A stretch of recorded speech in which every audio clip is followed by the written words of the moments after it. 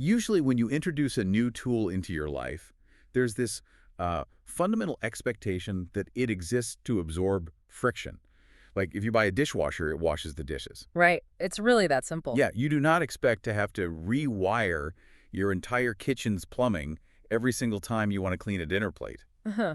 And you certainly don't expect the dishwasher to dictate what kind of plates you're allowed to own. That would be ridiculous. I mean, the tool serves the operator. That is the implicit contract of technology. But, and this is where it gets crazy, the moment you step into the world of enterprise business technology, especially when an operation is aggressively scaling, it's like that contract completely evaporates. Oh, 100%. It just disappears. You sign this massive contract for a top-tier software platform, and instead of absorbing friction, it generates it.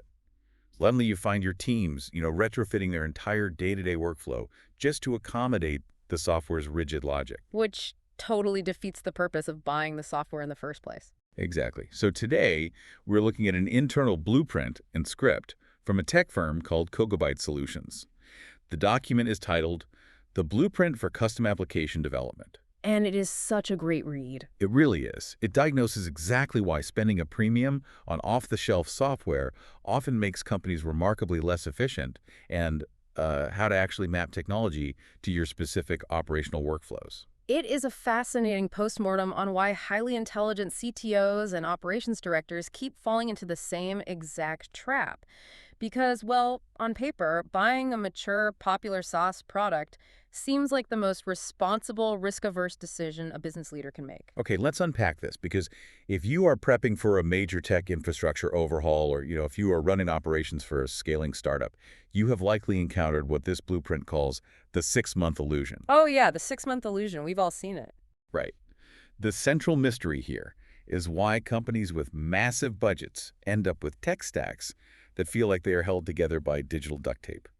And according to the Cocobites text, the cycle always starts the same way. A business hits a new level of complexity. Yeah. Procurement, or the executive board, demands a rapid solution. So they look at the market, select a heavy-hitting subscription tool, and they just deploy it. And, for the first few months, the illusion actually holds. You have unified dashboards, the executive team gets their reporting metrics, and the rapid deployment checks a major box for the board. Everyone thinks it's a huge win. Right. But the friction is quietly accumulating at the operator level. Yeah, by month 6, the system is actively working against the company. The text points out that teams stop using the software as an accelerator and start spending their energy building manual workarounds just to bypass the software's limitations. It's exhausting for the team. It really is. It makes me think of, buying a one-size-fits-all suit. You buy it off the rack, and at first you're like, hey, it covers me, problem solved. Right, it's a suit. But then you realize you suddenly have to walk sideways just to keep the seams from ripping. You're altering how you move just to survive the outfit. That is a great analogy. What's fascinating here is the root cause of that friction. Off-the-shelf software is built for the average user, meaning it is rarely a perfect fit for a specific, unique business. Right, because they have to cast a really wide net. Exactly. The Cocobites blueprint highlights this fundamental truth. A vendor building a SaaS platform has to satisfy 10,000 different companies across dozens of verticals. So they just can't be specialized. No, structurally, they cannot build highly specialized database schemas or niche event-driven workflows, because doing that would alienate the other 9,999 clients. All right, so they just build a generic data model. They have to. They build generic data models, generic permission tiers, and generic reporting engines. But your business, if it is actually competitive, does not operate on a generic model. It can't, or you wouldn't stand out. Exactly. So when you try to force your highly specific proprietary processes into a generalized relational database, things just fracture. Data gets trapped in silos. And those integrations break. It's like to fix the generic suit, you duct tape a pocket onto it. And the duct tape is that fragile API integration. Yeah, and it breaks because the vendor pushes an overnight update to their platform, altering a single JSON payload or webhook, and suddenly your CRM can no longer talk to your inventory management system. And the most infuriating part is that you have absolutely zero control over that vendor's roadmap. You wake up on a Tuesday and your operational capabilities have been downgraded just because a third-party product manager decided to deprecate a feature you relied on. It's terrifying. The software has officially become the bottleneck. Yeah, it starts dictating how the business actually operates. You literally have department heads telling their teams, like, we know this is the most efficient way to serve the client, but the system won't allow us to map the data that way, so we have to do it manually. You are sacrificing your competitive edge to satisfy the constraints of a subscription tool. It's insane. It really is. And if the generic software is the bottleneck, the standard corporate reaction is usually to just double down. Procurement gets frustrated, they cancel that subscription, and they buy an even more expensive enterprise license from a different vendor. Assuming the higher price tag equals better architecture. Right. Which leads us right into how the tech industry fundamentally misinterprets the concept of digital transformation. The standard narrative treats digital transformation like an aggressive shopping spree. Buy 12 new SaaS licenses, migrate everything to the cloud, and call it a day. Which just buys you 12 more expensive problems. Exactly. I mean, buying more licenses doesn't actually solve the structural issue. No, it doesn't. And the Cocobites text explicitly redefines true digital transformation. They argue it has absolutely nothing to do with accumulating software licenses. True transformation is the process of aligning your technology stack with your operational DNA. Okay, let's dig into the mechanics of that phrase, operational DNA. Because honestly, it sounds a bit like marketing speak, but the text treats it as a serious structural engineering concept. Oh, it is entirely structural. Your operational DNA is the literal state machine of your business. Like the step-by-step logic. Right. When a user clicks buy or when a client uploads a sensitive document, what specific microservices need to trigger and in what exact sequence? What are the proprietary rules governing how you evaluate risk or route internal approvals or parse data? So that logic is your DNA. Exactly. A generic SaaS platform assumes a standard sequence. Aligning your tech means building an architecture where the database schema and the user flow are engineered from the ground up to mirror your unique sequence of events. Okay, I see the logic there, but let me push back on this a little bit. Isn't Bespoke enterprise software just paying a premium for custom buttons or a different color scheme? Yeah. I mean, if I buy off the shelf, the vendor has hundreds of engineers maintaining the servers. So if I map my operational DNA to a custom architecture, I'm carrying all the technical debt. Aren't we just trading a workflow problem for an engineering problem? That is the most common counterargument, and it's a totally valid concern. But the blueprint addresses this by pointing out the hidden cost of relying on a vendor's maintenance. Okay. Yes, the vendor patches their system, but they are patching a system that doesn't fit your compliance or data segregation needs. Oh, right. Like in highly regulated industries. Exactly. Take a multi-tenant client portal, which the text explicitly mentions. If you are handling sensitive financial or healthcare data, you might need a very specific physical separation of databases for different clients to meet compliance laws. I see where this is going. An off-the-shelf vendor might just use logical separation, just a tenant ID column in a shared database. That might technically work, but if your specific regulatory environment requires isolated schemas for every single client, the SaaS platform is completely useless to you. Wow. Regardless of how many engineers they have patching it. Right. When you own the architecture, you own the compliance matrix. You control the exact physics of where the data sits. Yes. You dictate the data structures, the security protocols, and the API extensibility. Here's where it gets really interesting. Because while architectural freedom sounds incredible, and aligning tech with your operational DNA is the ultimate goal, we have to talk about why everyone isn't just building custom software. Yeah, the risks are huge. Right. The Cocobites text openly acknowledges the massive elephant in the room.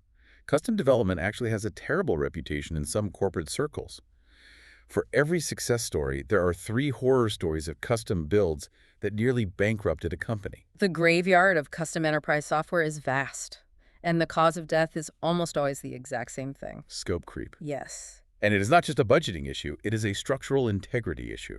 The text outlines exactly how this happens. A company decides to build custom software, and they adopt an overly permissive agile methodology where they think they can just figure it out as they go. So they start coding immediately. Right, they start coding on day 1. A month later, the marketing director asks for a new reporting feature. 2 weeks after that, the sales team wants a different dashboard. And because the developers are already deep into writing code, they try to awkwardly bolt these new requests onto an architecture that was never designed to hold them. Exactly. You essentially end up with a custom-built version of the exact same generic problem. You get orphan code branches, Yeah. massive technical debt, missed deadlines, and a final product that is so bloated it barely functions. You spend an absolute fortune to recreate the exact friction you were trying to escape. Yeah. If we connect this to the bigger picture, the failure of custom software isn't usually a failure of coding, it is a failure of discipline, which is why Cocobites Solutions advocates for a complete paradigm shift in how these projects are approached. They call it the requirement-led approach. Yes, and the core tenet of this approach is that successful software development does not start with writing code. It starts with rigorous engineering and planning. So what does that actually look like before a single line of code is written? It looks like locking the blueprint. Under a requirement-led methodology, the engineering team and the business stakeholders map out every single entity relationship diagram, every API contract, and every user flow state machine up front. So there is zero ambiguity about how a piece of data moves from point A to point B. None. The system architecture is finalized and approved as a static blueprint. The rule is absolute. You build strictly to the approved requirements. There is no guesswork and absolutely no moving goalposts. So no building features just because a stakeholder decides mid-development that it, quote-unquote, sounds cool. Right. The answer is a hard no. If it is not on the locked blueprint, it does not get built. That level of rigidity is incredibly rare in a tech culture that basically worships moving fast and breaking things. But I can totally see how that constraint is the ultimate antidote to scope creep. It is the only way to guarantee a predictable outcome. By front-loading the engineering, you aren't discovering architectural conflicts while you are deep in the code base. You solve the logical puzzles on paper. Exactly, where they are cheap to fix, rather than in the code where they are exponentially more expensive. And the source material highlights the kind of high-level tools this disciplined approach yields. We already touched on custom multi-tenant client portals, but they also mention automated internal processing engines. Oh, those are incredible. Right, think about the mechanics of that. If your company relies on a complex manual sequence of reviewing, tagging, and routing documents, an off-the-shelf tool will only ever digitize the manual steps. It just moves the manual work to a screen. Yeah, but a custom processing engine, engineered to your locked blueprint, can actually consume that specific workflow, automate the routing logic based on your proprietary rules, and execute it flawlessly in the background. That is true digital transformation. The technology isn't just a place to store data anymore. It becomes an active, executing participant in your operational DNA. So what does this all mean? Let's take a step back and look at the financial reality of this. Because requirement-led engineering, locked blueprints, bespoke data architectures, this level of custom development requires a massive capital commitment. It certainly can. Right. I am looking at this from the perspective of an early-stage startup or a tight budget team. They don't have $1 million to drop on a custom processing engine.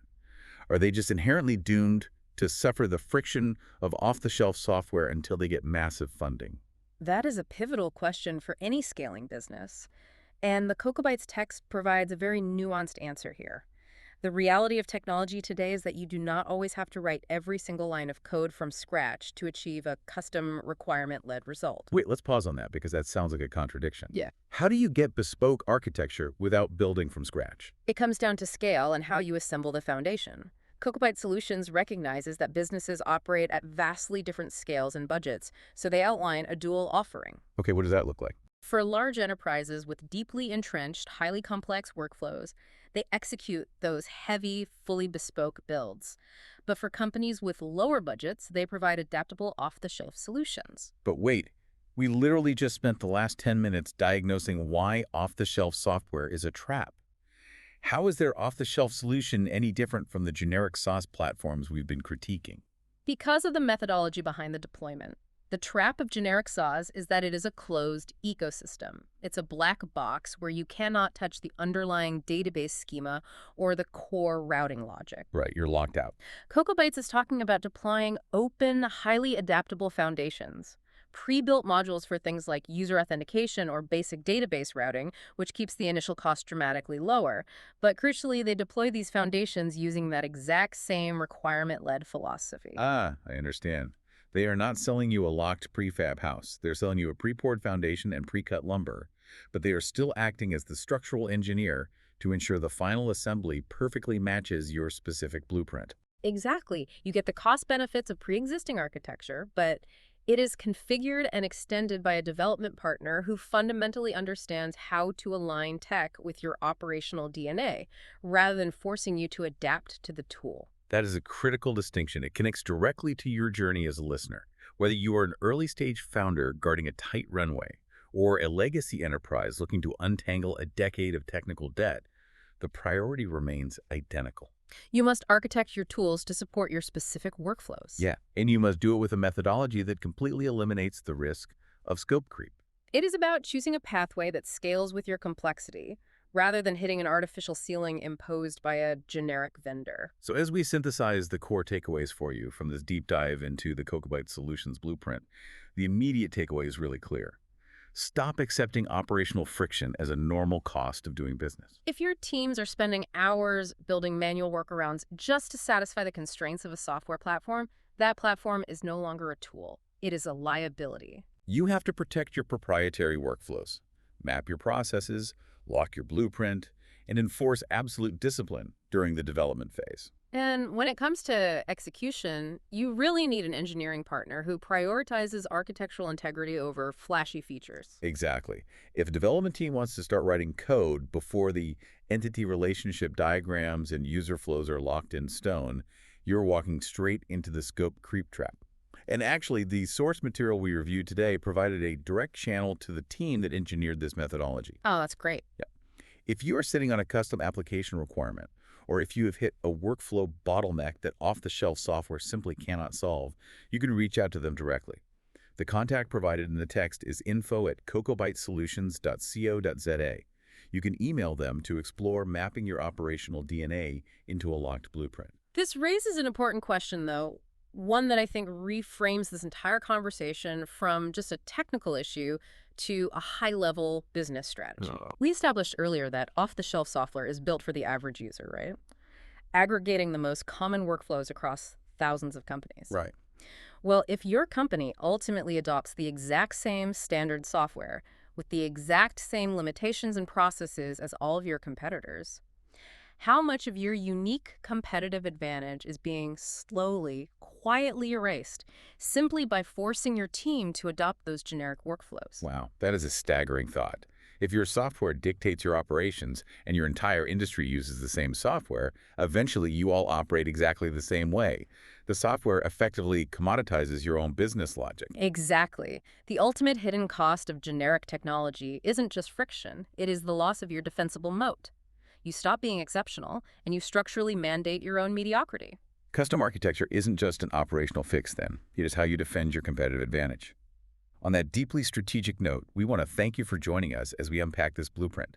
Until next time, take the advice of the source material. Keep building smart.